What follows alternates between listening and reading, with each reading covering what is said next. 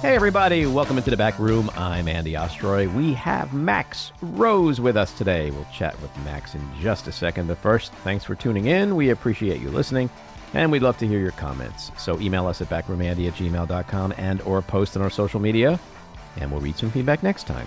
And if you like the podcast, please rate and review and follow or subscribe, and you'll be notified every time we post a new episode. Here's some feedback we received this week.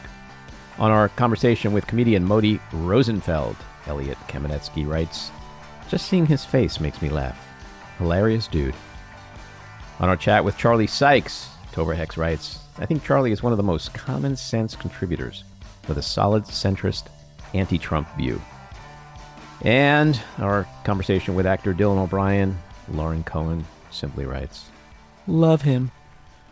Let's get to our big things of the week. We're still dealing with these cabinet nominations. It seems like things are going well for all of them. It looks like everyone from Joni Ernst to Tom Tillis to others in the Republican Senate are now singing a different tune, sounding a little bit more optimistic in terms of how their conversations with Pete Hegseth have gone.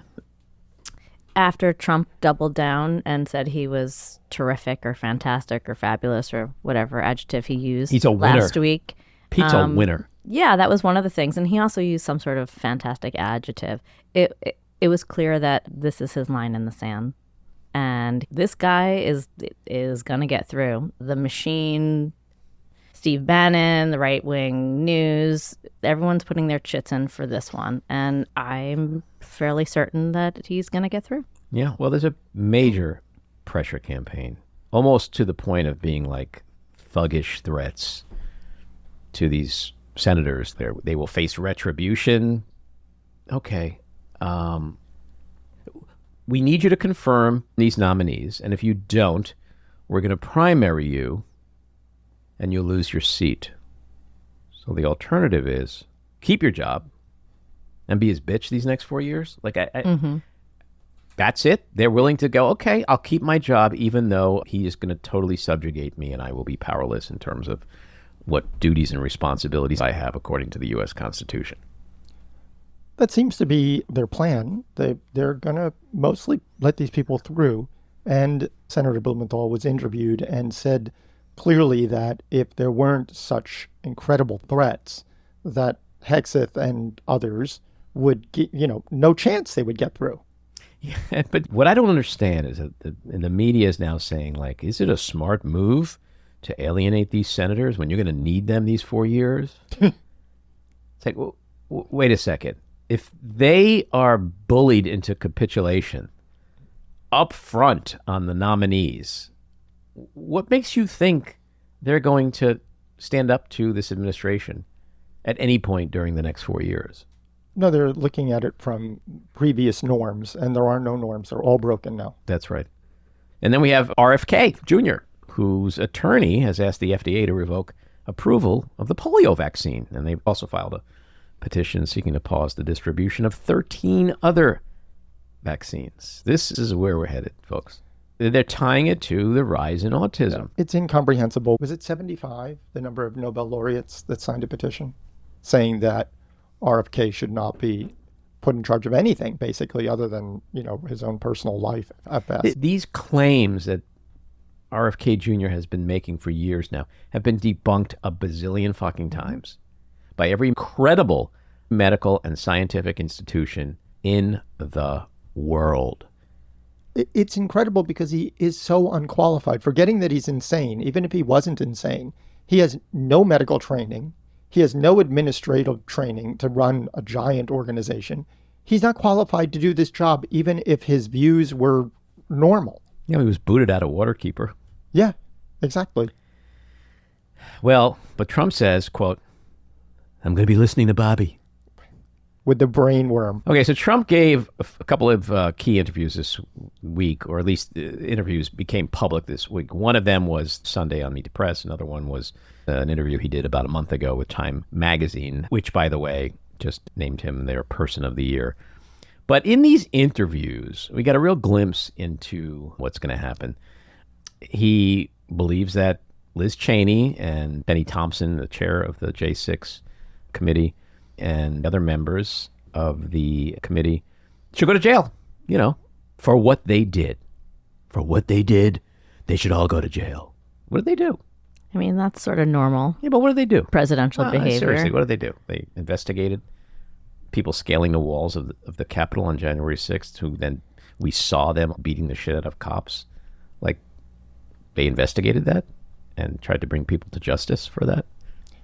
Okay. I mean, we just have to remember what friend of the show, Ruth Ben-Ghiat, has said on multiple visits, that we're looking at a fascist regime taking over, essentially, paraphrasing. Yeah. And so with Kash Patel in charge of the FBI, assuming he gets in, who said all sorts of crazy things about prosecuting people, we also just learned this week that the wiretapping of Congress members and the press was far deeper than we thought. Sure. Well, that's what we're gonna have more of that, and potentially worse.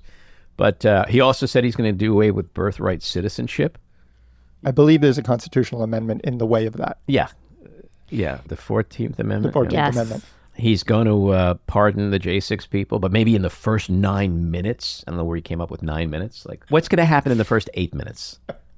Like, I would love to. Wouldn't you love to see a breakdown of what do those first 9 minutes look like? What does minute 2 look like? What do you do in minute 2? I mean, Melania's going to sell more Christmas ornaments. Oh, God. All right, now, this is the thing that made me slam my head into a wall this week. So throughout this entire campaign, Donald Trump, his surrogates, Republicans in Congress, the right-wing media, it's been all about the economy, inflation, eggs. Because people can't afford their groceries, and they're going to be affording their groceries very soon. And I went on groceries. It's a very simple word, groceries. Like almost, who uses the word? I started using the word, the groceries. A vote for Trump means your groceries will be cheaper. It'll also bring your grocery bill way down. I have more complaints on grocery, the word grocery. It's sort of a simple word, but it sort of means like everything you eat. The stomach is speaking. It always does. And I have more complaints about that. Bacon and things going up, double, triple, quadruple. I don't like the tags very much. Look at that, up 46% eggs. Wow. Up 65%. Wow, school lunch is up 65%. How can a family afford that? I haven't seen Cheerios in a long time. I'm going to take them back with me. Bacon is through the roof. They're all through the roof. The milk, everything is bad. And we're going to straighten it out. We're going to bring prices way down, and we're going to get it done fast. Okay, well, before I get to the main point of that clip, we have to talk about the fact that the stomach is speaking. What is happening there? I'm still trying to figure out what the word groceries means. I've never used that word. Oh, I know, Matty. I never heard that word. Jen, you ever hear the word grocery? Grocery? How do you pronounce it? Groceries? I must be one of those libtards that actually does my own shopping. But is it a hard G? Is it like droceries? Droceries? Like, I don't know. Bacon through the roof. Those clips, that montage you just heard is, I am going to bring down prices. I am going to bring down inflation. What else did he say in that Time magazine interview that came out this week? Quote, once things go up, it's hard to bring them down. It's going to be very hard. He doesn't think he can bring down the price of groceries now. This is a month after the election. That's it. Done. Who'd have thunk? Done. Yeah. Is anyone going to care? Is anyone going to know? Is anyone going to hold him accountable? That's it. That was like, I won the election. Now that I won, I can say I lied, and that's it. Let's all move on. You just know that when J.D. Vance is running in 2028, he's going to claim that everything went down in price. Trump claimed the 2016 greatest economy ever in the history of the world. Everything was better. Prices were cheaper. They will say the same thing no matter what happens. Yep. Yeah. We're living in an alternate universe. That's what happens when you have a cult leader and a cult. Well, it's incumbent on the Democrats to push back every minute. And this is probably, we certainly hope and believe that 2026 will at least take the House back. Mm-hmm. All right, let's get to our winners and losers. My winner, Syrians for the fall of Assad. My loser, Joni Ernst and Republican senators for capitulating to the MAGA machine regarding the nomination of Pete Hegseth. I'm going to go ditto on the winner, the people of Syria, with the fall of Assad's family for decades of the nightmare dictatorship. This is an opportunity for a better future. My loser are the voters of North Carolina. The North Carolina Republican Party passed a bill to severely limit the authority of the governor and radically transform the way elections are run throughout the state. My winner, Pete Hegseth, who appears to be on his way to eventual Senate confirmation following a week of thuggish threats from the Trump mob. My loser, FBI Director Chris Wray, who chose to quit rather than stay and forcing Trump to actually go through with the act of firing him, which would have made Trump look small, petty, weak, and weaponizing, instead of making Wray look like he's yet another person to capitulate to the whims of the king while greasing the skids for a Kash Patel victory. And that gets us to the weekly rant, which is not actually a rant at all. I watched the new Netflix documentary, Superman, about the life and career of actor and activist Christopher Reeve, who in 1995, in a freak equestrian accident, became paralyzed from the neck down. Being of a certain age, I have been aware of this tragedy for decades. I remember when it happened. It was a horrific, heartbreaking accident. Reeve was married with 3 children and seemed to be leading a happy, content life. Over the years, Reeve not only eventually returned to work, albeit on a very limited basis, but became a tireless activist for the disabled community. His perseverance and resilience and will to live while endeavoring to find a cure was incredibly inspiring at that time and remains so today.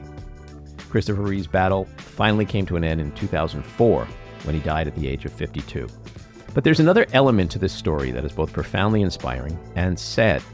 I was so moved by the unwavering dedication and love of his wife, Dana, in selflessly caring for him right till the end.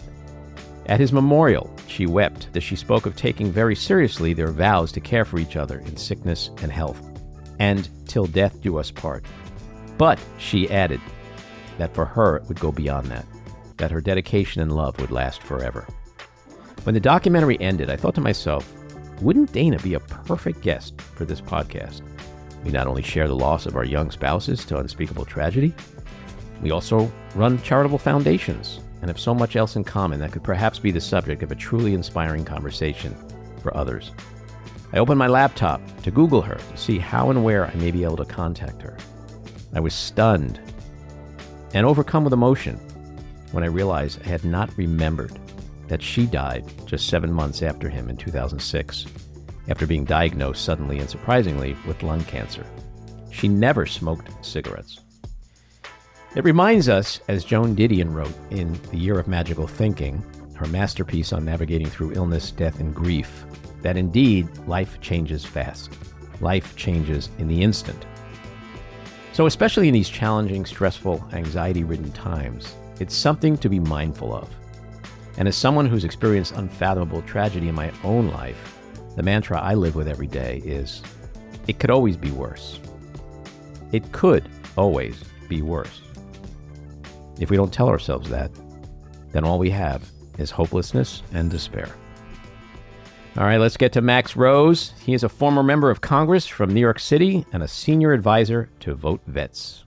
Max, welcome into the back room. Thanks for having me. So let's start with Trump's crazy cabinet nominations, which to me feels more like he's casting a co-ed remake of The Lord of the Flies. In general, without getting into the individual nominees, which I do want to ask you about in a second, but just on a more macro level, are you optimistic at all that the Republican Senate under Leader John Thune will serve as a critical check on Trump's worst instincts, or are they just going to rubber stamp every one of his most destructive whims? Well, gosh, I think it's virtually guaranteed at this point that the vast majority of Trump's nominees will get through. One, because Matt Gaetz happened so early that Donald Trump has now received the message that if any other of his folks don't get through, it will make him look bad. And that's the worst thing that's his worst nightmare. So there, the MAGA base has certainly been activated. So I think that's number one. You see that pressure pretty significantly. Number two is that parties traditionally do let through their own president's nominees. Where I think the rubber is going to meet the road in a very real way, though, is in and around how the Senate does its business going forward. Mm-hmm. And that's really where I think the focus is going to inevitably have to shift. Because what we see in the nature of the nominees speaks to also what I think might be the nature of the legislation that this administration advocates for. Because largely what they are is they're oligarchs, right? I mean, they're some of the wealthiest people in the world. And those seem like the last people that will advocate for anything but tax cuts for the wealthiest amongst us. And so this facade or this charade that's been going on so far where, they are oligarchs in populist clothing, that I don't think will be able to last for much longer. And that's largely where I think you're going to see the Democratic Party coalesce in opposition, because they've been interestingly kind of keeping it low key as well. So that's the dynamic I'm most interested in. So I've given up hope. I've given up hope that the Republican Senate will act as an independent body. Yeah, I'm with you on that. But that's the scary part, because to your point, it's not just about these nominations. It's about how is he intending to govern, whether it's from weaponizing the DOJ and the FBI, on and on and on. Like, if the Republican Senate is just going to say how high every time he says jump, then this country certainly is in for some serious trouble these next few years. Well, the scary part is that the Democrats can't beat them right now. That the scary part is Donald Trump won the election. The scary part is that as you look at the map right now, there's a clear lane for Democrats to win the House back in 26. For sure. Very, very clear. There's also a clear possibility that they could lose seats. Nothing is for granted. There's something like 11 Dems in Trump seats right now, which is really, I mean, that's who the targets are going to be for the other side. It's clear how we can win the presidency back in 28. But really, if you want to establish a roadmap for winning the Senate back, now you're talking about a full realignment of the nature of the party. Otherwise, right now, I think you have to overperform by 6 points. The party will have to overperform by 6 points in order to take the Senate back. And that you can't happen just by running a good campaign. That's a full rebranding of the party. Mm-hmm. So let's discuss the nominations, and bear with me for a second as I throw you some props. You're a highly decorated combat veteran. You serve in the National Guard. You were a congressman who chaired the Subcommittee on Intelligence and Counter-terrorism. You served on committees for Homeland Security and Veterans Affairs. You served at the Department of Defense for a bit under Secretary Lloyd Austin. And you're a senior advisor to Vote Vets. What do you think of Pete Hegseth, Trump's nominee to head the Defense Department? And do you think he's going to end up being confirmed, given what we've seen this week, which seems pretty positive for him? So a few things about Pete. One is, let's just remember how supremely unqualified he is for the position. 6 weeks ago-ish, his number one responsibility was helping conservatives get through their first morning cup of coffee. On the weekend. Exactly. Fox didn't even trust him for the weekday slot. And when you look at, by the way, that's a point that you don't really hear much. That he's not even qualified to do Monday through Friday on Fox. Okay, right. Think about that. Or not good enough. So, and when you look at the nature of the Secretary of Defense job, it's an operational role, which is different than other secretary positions. The Secretary of Defense is in the chain of command. The Secretary of Defense is making operational decisions, many of which are matters of life and death. And the Secretary of Defense is overseeing a department that spans the globe with bases in over 40 countries and over 3 million people working for it, and basically what is a $1 trillion budget. And there's little things about the Department of Defense that people don't know about, which are gargantuan in of themselves. Like they run a healthcare system separate and apart from the VA that's larger than the Kaiser healthcare system. Mm-hmm.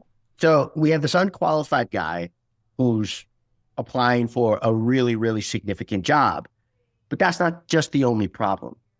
The other issue here is I cannot remember a Secretary of Defense nominee who has spoken less and seems to care less about matters of war-fighting importance. Like, then there is some truth to the fact that a powerful, highly trained military is an asset to the United States of America, an asset to our allies, and can serve in a way to prevent future war, or at least be in a position where, God forbid, we do go to war, our young men and women in uniform stand the best chance of coming home safe and sound. That is actually all really important, but all Pete Hegseth talks about are matters of culture. So you have this incredibly weird contradiction where he's like saying, oh, the DOD has become too much culture warriors, constantly talking about DEI, constantly talking about, he's even brought up women in combat. And he is actually the one who's the culture warrior, because all he wants to do is come into the department and talk about these issues. The last point about this, though, when you think about what Pete Hegseth's vision of the military is, a military that doesn't care about diversity, a military that doesn't let highly trained, competent, excellent warriors into its force just because they're either a woman or transgender, he is actually getting behind principles that will weaken the United States military. All you have when you deploy, and I spent a year in Afghanistan as an infantry platoon leader, all you have is the man or woman to the left of you and the man or woman to the right of you. All your technology, everything else, that is secondary. You are in this incredibly complex, difficult, and harrowing situation, and the mission gets accomplished because of cohesiveness, because of trust, and because of the unique capabilities that the men and women in that force bring to the table. Diversity is a strength under those circumstances. And trust building that comes from further investments in understanding one another and the places that you came from adds to that strength. And Pete Hegseth's against that. And that, to me, isn't just immoral. That, to me, produces a military that's less strong. Mm-hmm. And that's reason enough to oppose his nomination. Mm-hmm. Well, the irony is he's opposed to women in combat, except if it's his mommy fighting for him on the Hill, right? That's a good line, man. I might steal that one for you. As long as you credit me, that's okay. Hey, I was on this amazing podcast the other day, The Back Room with Andy Ostroy, and he had this line, which was, anyway. Well, the rule of political attribution. What is it? You do it the first time. You say, my friend Andy told me this and I thought it was brilliant. The second time you say, I once heard this thing on a podcast. And then the third time you say, Andy who? No, and the fourth time is, I thought of this morning. Right. The first time, though, if you could say, my friend Andy Ostroy, that would be great. How do you explain this phenomenon that exists today where so many veterans, active duty military, their families, support someone with such disdain for the military, for our generals, who calls dead soldiers suckers and losers, who's attacked Gold Star families, war heroes like John McCain, who does nothing for veterans, hates democracy, which is the very thing these folks like you enlisted to protect and defend. How do you explain that? Well, let's not forget that Donald Trump's a draft dodger as well. Mm-hmm. That's not an indictment. All those facts that you just laid out and the fact that a significant number of, people connected to the military support Donald Trump, that's not an indictment of those individuals. So many people who support Donald Trump, who have served in the military, are amazing men and women who put it all on the line for us. But what it is an indictment of the Democratic Party. It's an indictment of the way that we have run our campaigns. And it's an indictment of our misunderstanding of the way in which rational, normal, everyday people think about politics. Politics and voting is an act of self-expression just as much as it is an act of self-interest. And the idea that somehow we could think as Democrats that we can disassociate one from the other is not just totally false, but it also is not the way that Democrats vote either. It's not the way that Democrats donate money. I'll give you some examples, right? The wealthiest neighborhoods in the world are in uptown, Manhattan as a whole, right? Downtown, uptown, whatever. And virtually every week, politicians from all around the country come to Manhattan, many of which are Democrats, to raise money.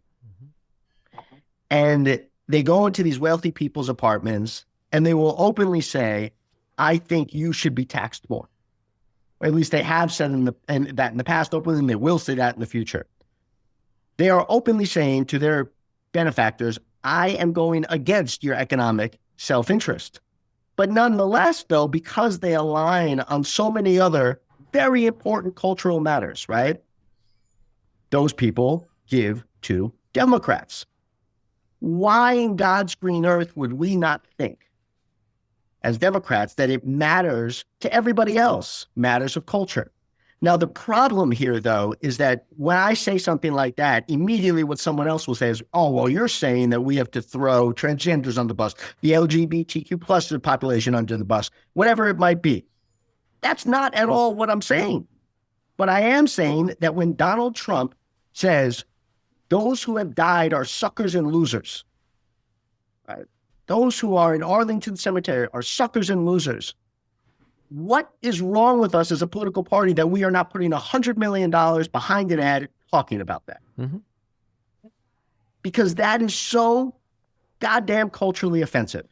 And I agree with that, and you're right. And look, I appreciate your defense of service people, and thank you for your service. I thank everyone for their service. But what I struggle with is going overseas, doing that, fighting tyranny, fighting against people who want to shatter democracies, and then coming home and supporting policies that are exactly the same, supporting someone who says he wants to be a dictator, somebody who wants to use the U.S. military to kill his opponents. I mean, it's just something I can't wrap my arms around. Well, but I think that this is the most important conversation we could be having, right? Because the answer certainly to winning those people's votes, and they're up for grabs. These are not partisan people. Mm-hmm. They're up for grabs. They're proud. They're patriots, but they're not partisan. Mm-hmm. The answer is not, to your question, or this conundrum, is not, well, they're dummies. They're idiots. They got hoodwinked. That's not what's going on here. What is happening, though, is that they think that Democrats are more culturally offensive to them than Republicans. That's point number one. And point number two is many of them believe that Donald Trump is a middle finger to the establishment. And so whenever Donald Trump says and does some things that are viewed as, that are actually toxic, in some ways it bolsters that he is the middle finger. So the answer in my mind is, well, how do you win those people back? So many of them will say, I grew up as a Democrat. My dad's a Democrat. My mom's a Democrat. I'm an old school Democrat. What do they mean by that, and how do we win them back? And ultimately, I think that the answer is two things. One, we have to stop trying to change what people care about. This starts with the poll, right? We'll take polls as a party, and it will say, okay, the number one issue is the economy, and the issue after that is national security. And we'll try to pivot to something else. Whereas you have to tackle those issues head on, because it's impossible in politics to change what people think about. You just have to message to what they think about head on. But number two is that when someone's attacking us with something that hits home, that we have the data that it hits home, we cannot just try to change the subject. I'll give you a perfect example. On college football games across the country, Donald Trump was running this vicious, disgusting ad on transgenders. Mm-hmm. It relates to transgender surgeries in prison. Never once, despite the fact that it was all the data in the world that ad was winning over independents, was winning over veteran communities. Never once did the Harris campaign take a step back and say, we're going to answer this head on. Never once. And you know what they could have said? They could have said, those surgeries happened during the Trump administration. That's right. Donald Trump and I agree on this. So let's start talking about how we're going to put money in people's pockets.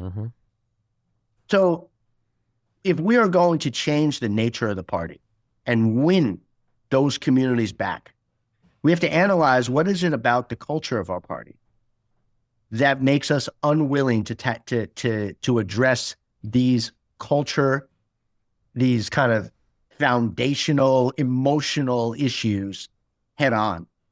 And then I think that, those folks will come back home. And I want to talk a little bit about that with you in just a second, but one last question on the nominations. So we have Tulsi Gabbard for DNI, Pam Bondi, Attorney General, Kash Patel to head the FBI, Bobby Kennedy to head our health initiatives. These were all terrifying choices, which on paper seem to be a major threat to our rule of law, as well as the nation's health. Just this morning, the news broke that Bobby's lawyer has petitioned the U.S. government to rescind the polio vaccine. I mean, we're talking insane stuff. You said you think all these nominations are going to go through. I tend to agree with you. How dangerous is this for America? The people who voted for Trump, do they even understand what might be coming in terms of the risks to themselves, their children? Seems like we're living in the Twilight Zone. You can't take the politics out of politics. Well, people like Susan Collins, who's going to be up in 2026, in a seat in Maine that is the only seat held by a Republican senator in a state that Donald Trump lost. She needs to be held accountable for these votes that she's about to take. Murkowski is another example of that. So that's point number one, because I guarantee you those folks are not going to vote no across the board, right? But the second thing here, though, ultimately is in a campaign, it is really easy, particularly when you're not in power, to say stuff that sounds good without talking about second and third order effects and consequences. Look at cutting government, right? There's some waste in government that absolutely should be addressed. I think we all are unified by that, but you are going to get nowhere near $2 trillion in savings without doing things like privatizing the entire VA, shutting down every VA hospital in the United States of America, significantly reducing pre-existing benefits for veterans, and denying more veterans in the future the benefits that they so desperately need and deserve. That's not what they campaigned on, but it is absolutely what they are going to do. Just like they didn't campaign on nominating a bunch of billionaires and then ramming through tax cuts for the wealthiest amongst us, but that is what they are going to do. So that the political consequences of that, the danger of that to our country does not come forth in a nomination proceeding. The real fight here is going to be when they try to enact these policies. It's great to run as an anti-war candidate. I wish more Democrats talked about being anti-war. We seem to have forgotten that pillar and plank of our policy platform and our partisan DNA.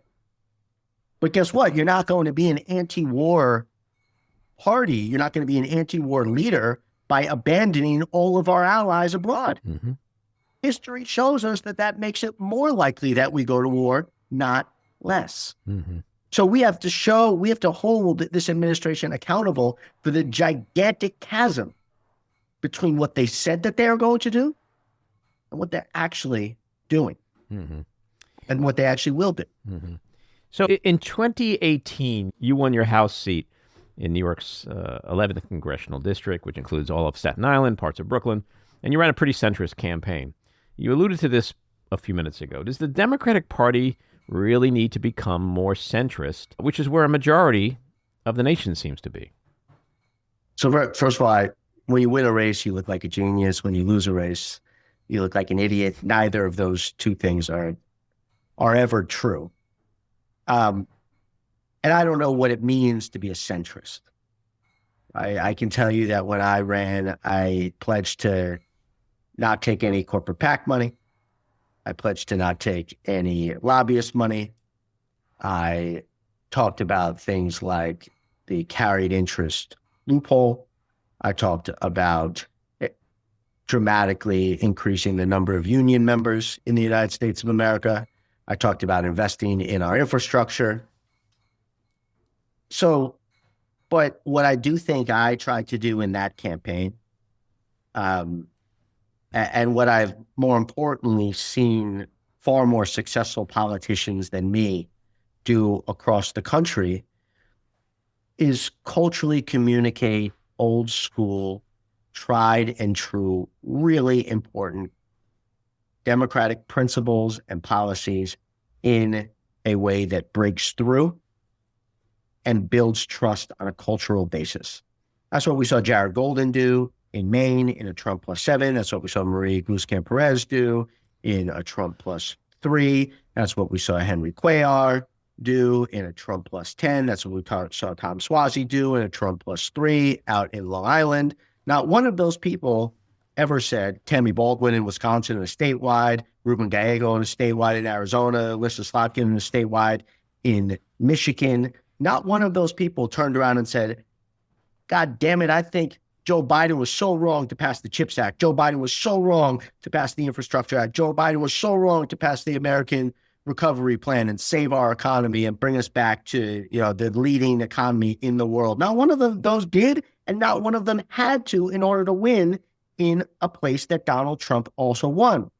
But what they definitely didn't do is talk to people like they're idiots. What they definitely didn't do is try to change people's minds as to what they thought was important. Now, one of them went to folks and said, well, I know you're really pissed off about inflation, but guess what? The inflation was actually transitory, and we're still the top economy in the world. And if you take into account real wages, it actually eclipses the consequences of inflation. Now, one of them tried to do that. They said, God damn it, you're right. You should be pissed. I'm pissed too, and I'm going to do something about it.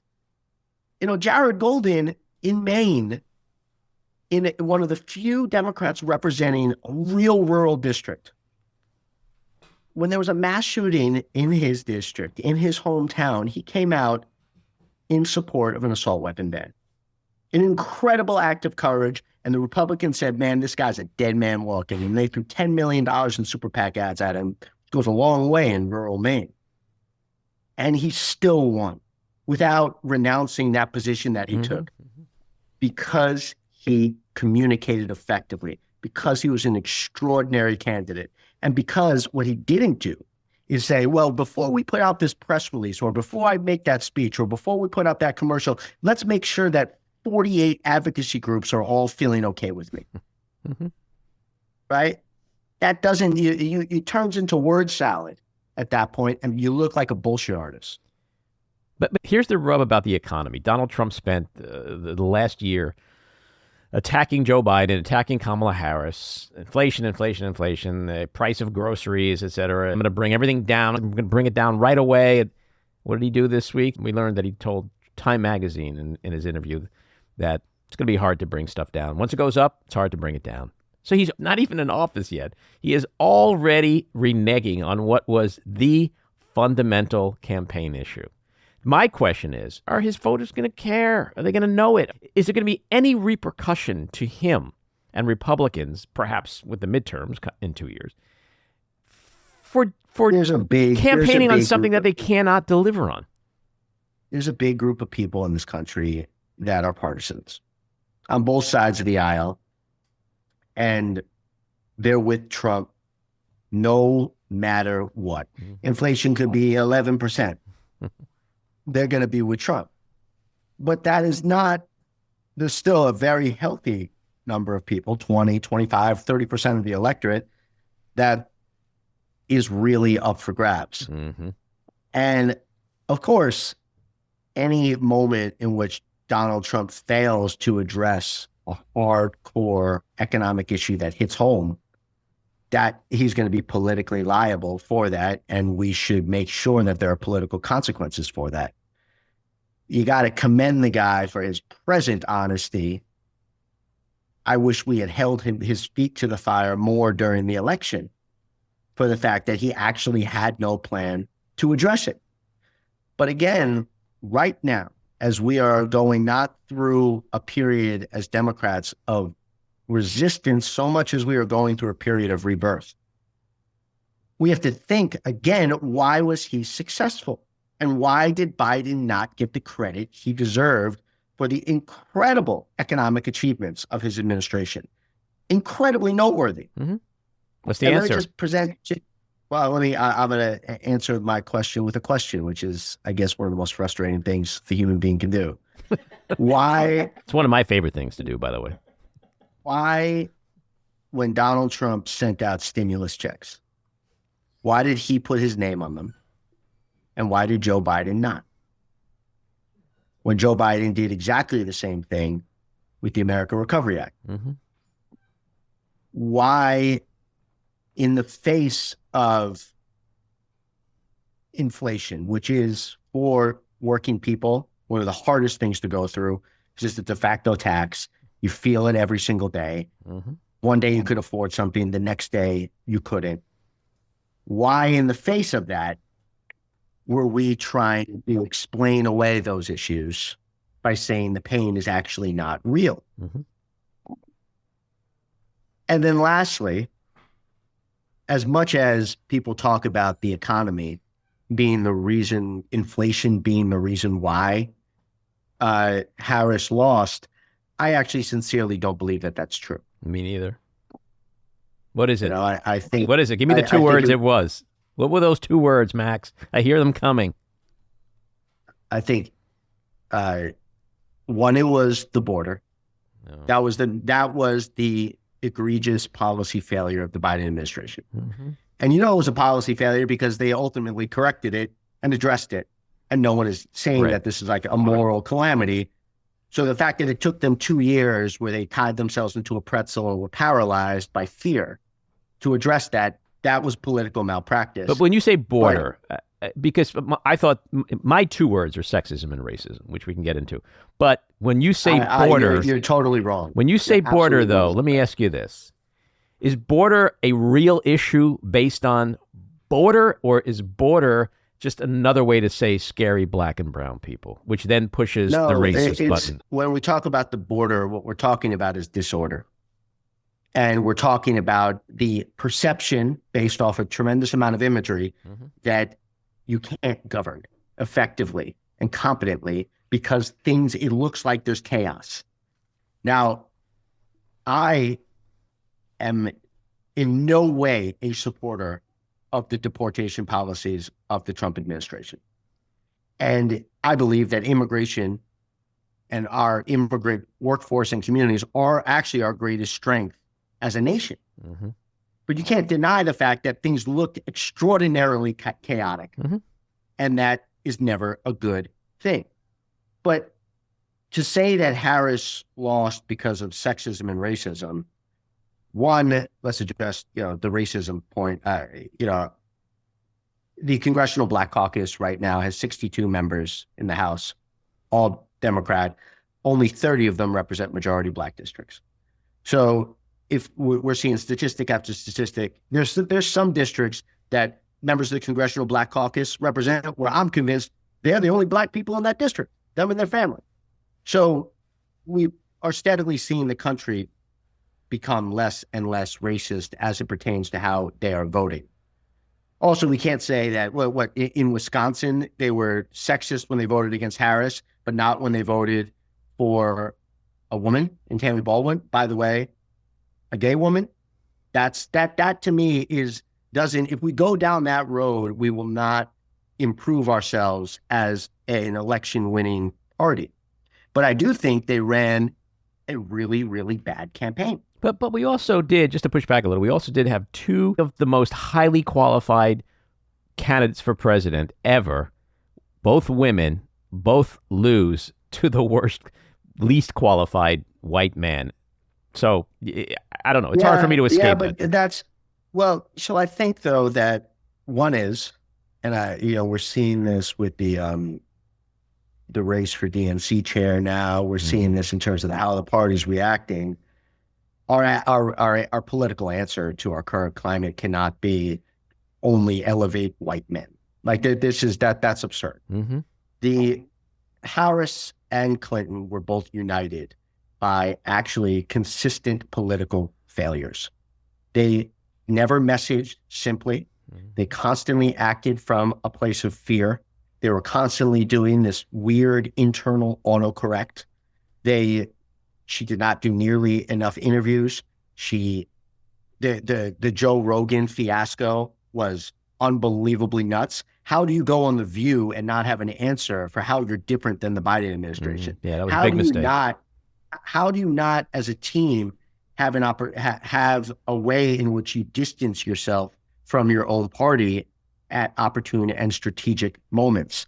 How do you spend of $1.5 billion, how do you spend $528 million on staff and offices when the Trump campaign spends 10? This was a massive act of grift by political consultants. So yes, I do think that there was a massive, massive failure there. And again, we talked about not taking the transgender ad head on, so many other factors here. So I am actually operating from a much deeper sense of political optimism. In 2016 and 2020, Democrats did not win one statewide race in a state that Trump also won. This year, we won 4.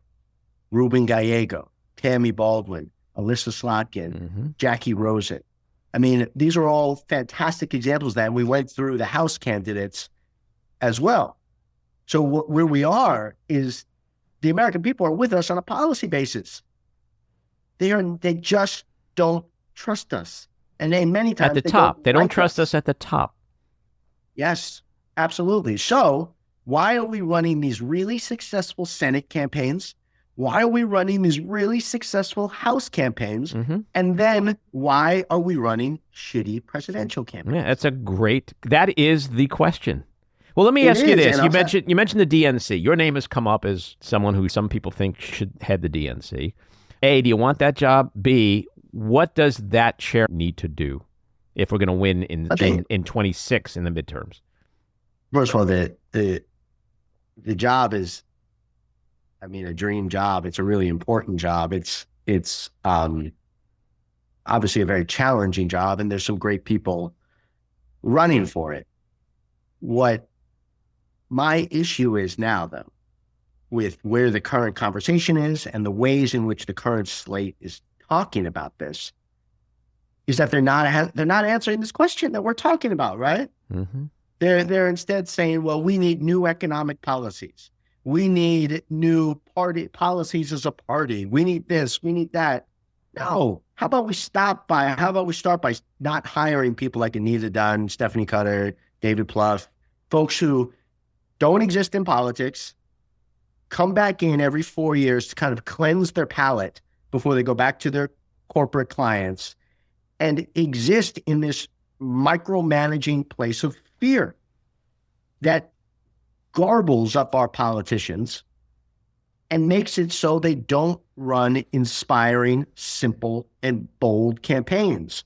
And they themselves are in this situation where either way they get rich. They made millions on this campaign.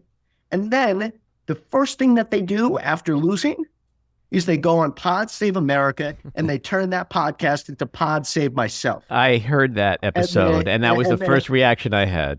Blaming everything but themselves. Yeah, it was pretty startling. Everything but themselves. Yeah. Not existing from any place of humility, arrogance, elitism, lying. If that's how they act after they lose, imagine how they were acting when they thought that they were winners.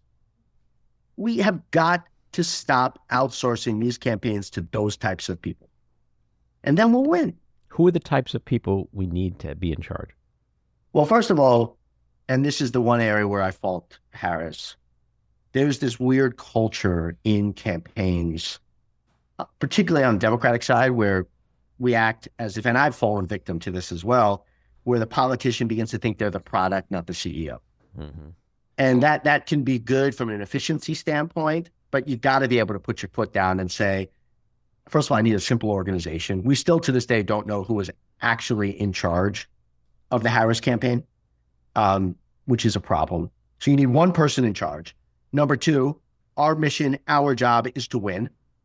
And I don't care if I have staff that are upset with me. Right? So I want to go on the Joe Rogan podcast. They openly just said that the reason they didn't go on the Joe Rogan podcast is they worried about staff upheaval. Come on. We can't be ruling our efforts like this. We have to stop spending $50 million, $100 million of our $1 billion on analytics and testing cases before we're out there messaging. We have to stop devising campaigns that begin from the place of these operatives saying, how can I maximize my profits, and backwards planning from there. That's how you have a campaign that does the vast majority of the work on broadcast TV. The Trump campaign raised 50% of what the Harris campaign did, but did significantly more on streaming ads than we did. How is that possible, other than these folks saying, well, I wanted to just shift my cash to where it was most profitable and effective. So this is what happens in politics. You go through culture transitions. When Clinton became the presidential candidate and the leader of our party, the Carter people were out, right? And particularly the folks leading those campaigns. And you elevated guys like Rob and Stephanopoulos and Carville and Begala. The same thing has to happen now, right? 2028. Think about it this way, right? 2028, that presidential election, the difference in time between that presidential election and Obama's first presidential election is more than the difference in time between Bill Clinton's first presidential election and Jimmy Carter's first presidential election. So we need a similar generational shift and stop thinking that, oh man, here's what I'm going to do. I'm really nervous about my campaign, so I'm going to bring back Pluff and I'm going to bring back Beyonce. And then we're good to go. What do you think? There's a lot of talk about AOC for 28, which I find really fascinating. It is really fascinating. And first of all, I consider her a friend. We came into Congress together. Sometimes she makes me feel like, I went from a who's who to a who's he. My text messages don't get responded to as much as they once did. But she's a very effective messenger. I think she's shown an ability to evolve. I'm not quite certain how she would play in Iowa and South Carolina. And, if she's interested in it, we'll see the brand that she brings to the table at that point. I don't think political evolution is immoral, but I think that everyone would agree that she's not the leading contender at this point, and nor do I ultimately think she's gonna do it. We'll see. My last question: back in 21, you flirted with running for mayor. We have another election coming up next year. You gonna run? My wife and I had the blessing of adopting our second child 6 months ago, baby Ashton, and that's the joy and for us, and that keeps me up in the middle of the night for sure. So I don't foresee myself running for anything. But what I can tell you is there's nothing more enjoyable and fulfilling than serving in elected office. And at least for me personally, I guess for other people it might feel like a hole in the head. But I certainly hope one day to do it again in some capacity or find another way to continue serving. It was the most fun I ever had and really fulfilling. And I think we were able to do some good. And I think there's more good to be done. Well, I think you're exactly what New York City needs. So you'd have my support if you ran. I appreciate that. Max, thanks for coming on. This was great. I hope you'll come back again sooner than later and continue the conversation. Really appreciate it. Take care. This episode of The Back Room was edited and produced by me, Andy Ostroy. It was co-edited and co-produced by Matty Rosenberg and co-produced by Jen Hammoud. Our theme song was composed by Andrew Hollander, and our logo was designed by Cricket Langell. And special thanks to Patricia Wind. please take a moment to rate and review the podcast, and also follow or subscribe. Until next time, keep your eyes on Washington, Hollywood, and your own backyards, and have a great week.